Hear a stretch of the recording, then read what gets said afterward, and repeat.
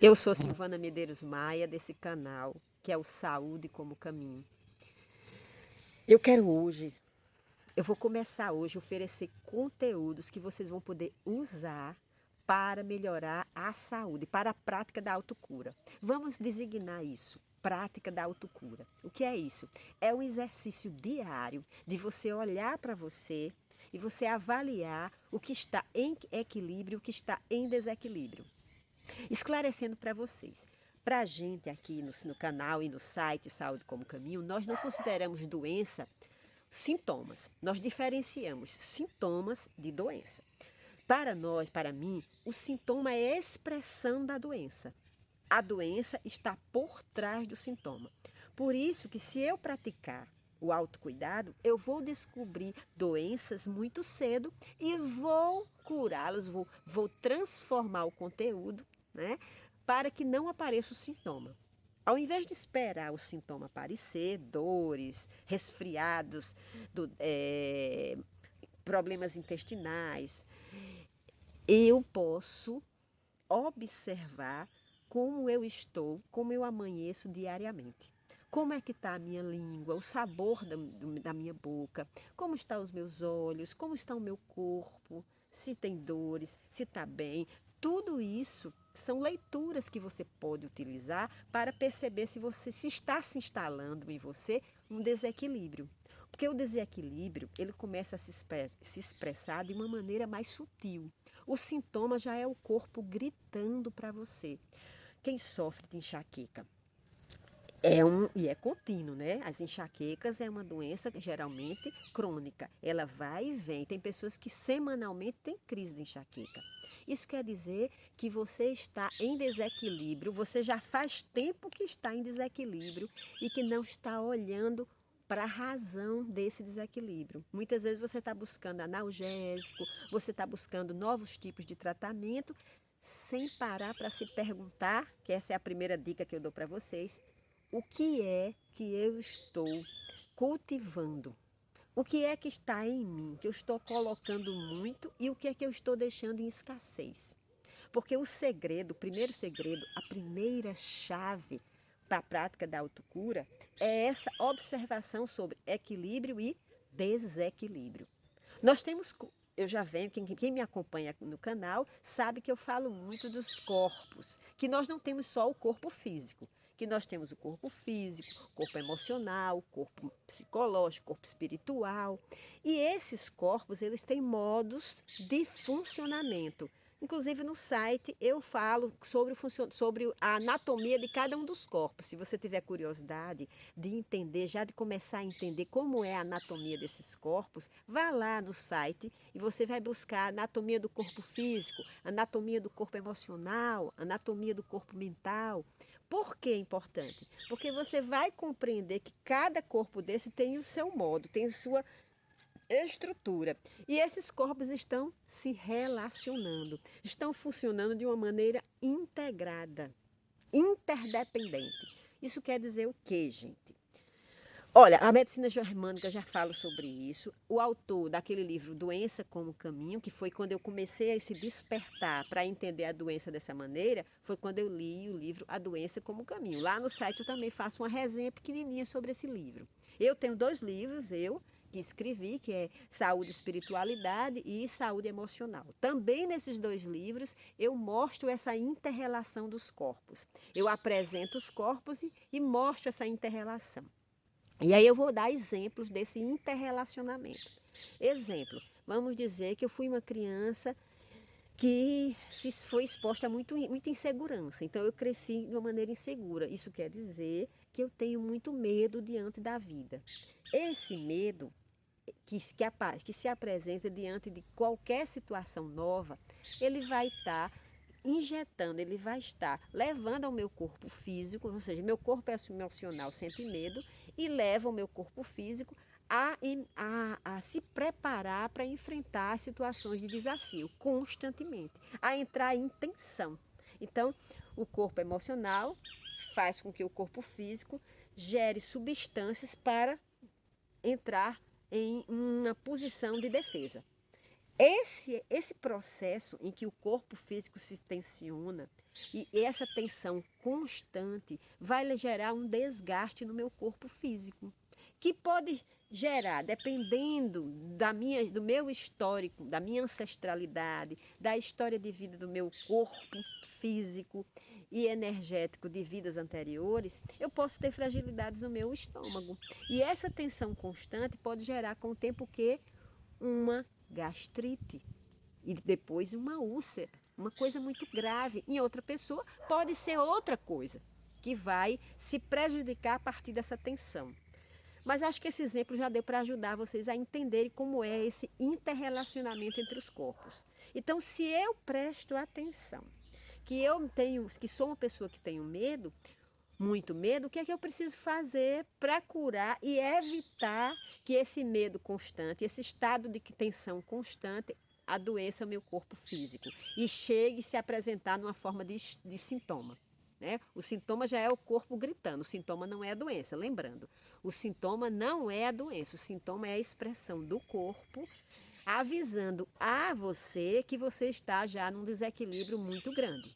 Mas o corpo antes já avisou de outras maneiras. Talvez você não tenha parado ou não esteja parando para escutar seu corpo, seus corpos, para escutar a vida. Então veja, se você é uma pessoa que já percebeu que tem muito medo, você tem que ir em busca da cura desse medo. O que de verdade qual a sua principal doença? Qual a sua doença verdadeira? É o medo. Não é a gastrite, não é a úlcera. A úlcera e a gastrite já são o quê? Consequência do seu estado de medo constante, do seu medo crônico. Na verdade, a doença que você tem é um medo crônico. Então, como lidar com isso? Buscando ajuda terapêutica, lendo sobre isso, estudando o seu corpo emocional e como lidar. Hoje a gente tem uma literatura maravilhosa sobre as emoções. Eu faço sugestões aqui no canal de alguns livros. Um deles é a teoria do esquema, né? Você dê uma olhadinha. A terapia dos esquemas. Ele mostra como a cada situação que a gente viveu na infância, a gente desenvolveu uma forma de se proteger. Claro, foi essa proteção que possibilitou a gente chegar aqui hoje, a gente crescer, nosso corpo físico continuar. Porque a vida, ela tem uma sabedoria imensa, muito maior que a nossa sabedoria. Por isso que é muito importante que a gente confie e aprenda a se entregar à sabedoria da vida. Quanto mais medo e mais controle, mais você vai ter tensão e mais você vai gerar desequilíbrio. É claro que eu estou falando para vocês nesse primeiro momento de uma maneira mais superficial, só para vocês terem um entendimento do que é a verdadeira doença na minha concepção, na minha história de vida, de como eu venho praticando, estudando, como eu venho praticando a autocura. Então, praticar a autocura é olhar para o seu corpo e perceber o que está em desequilíbrio. Muitas vezes o desequilíbrio resulta de um excesso. Vamos dizer, os nossos vícios. A gente vê hoje um número muito grande de pessoas intolerantes à lactose. Se a gente for parar para olhar, na nossa alimentação, muitos produtos e muitos ingredientes entram leite. Nos produtos que a gente consome, bolo, queijo, pizza, vai ter lactose. Então, a gente consome desde muito cedo, desde muito criança, muita lactose. Vai chegar um momento que o nosso corpo ele vai ficar intolerante a isso, porque já gerou, porque tudo demais, já ouviram isso? Tudo demais é o que? Veneno. Então, tanto a falta quanto o excesso vai gerar desequilíbrio. Então, uma chave importante para quem quer praticar autocura é olhar o que está em excesso e o que está em falta. Vícios como o estudo. Tem muitas pessoas que, por ter o esquema do isolamento social, ele vai tender a se refugiar em jogos, em estudo, em cinema. Aquela pessoa que fica sozinha e desenvolve hábitos isolados. Ela fica com ela mesma ali consumindo coisas para se distrair, mas sempre sozinha. É muito importante ter seus momentos onde você está consigo mesmo. Mas esses vícios aí não é um momento em que você está consigo mesmo. Muitas vezes você está se distraindo. Você está evitando a relação com outras pessoas. Você está evitando o convívio social. Então, o que é que você precisa fazer?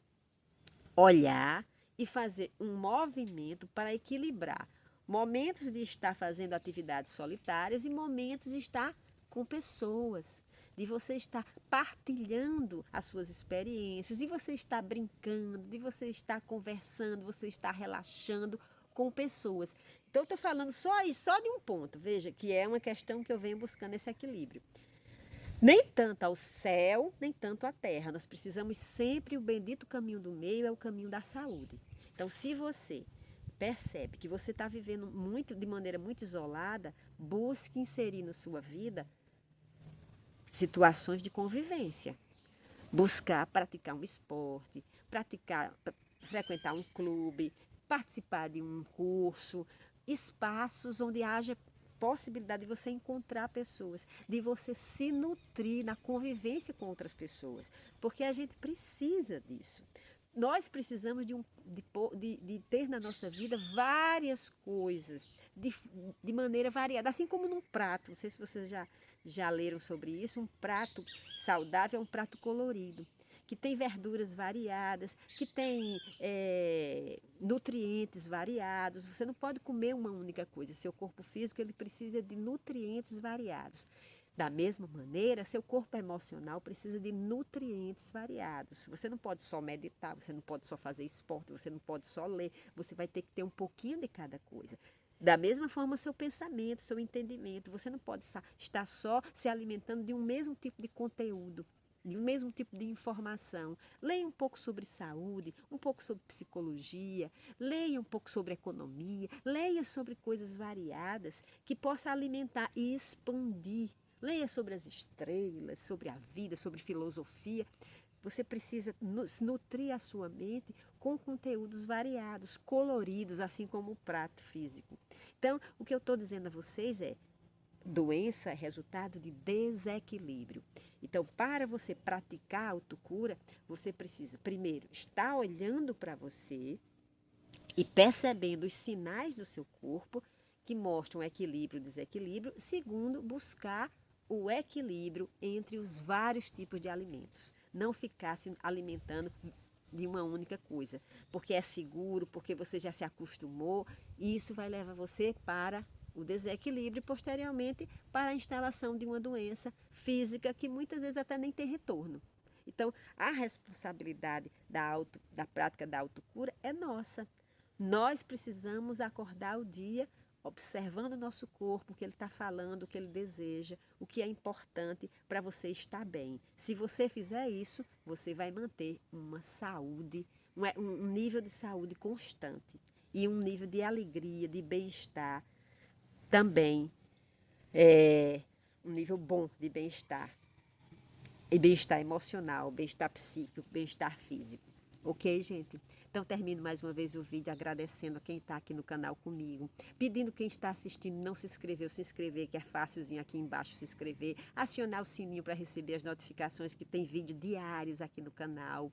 Vídeo de autoconhecimento. Compartilhar nas redes sociais com outras pessoas que vocês consideram que vai se beneficiar aqui com o conteúdo, ok? Então, gente, tenho em mim, tenho aqui nesse canal um lugar de autoconhecimento, de aprendizado, para a gente compartilhar, para a gente crescer junto. Beijo grande e até mais tarde, até amanhã.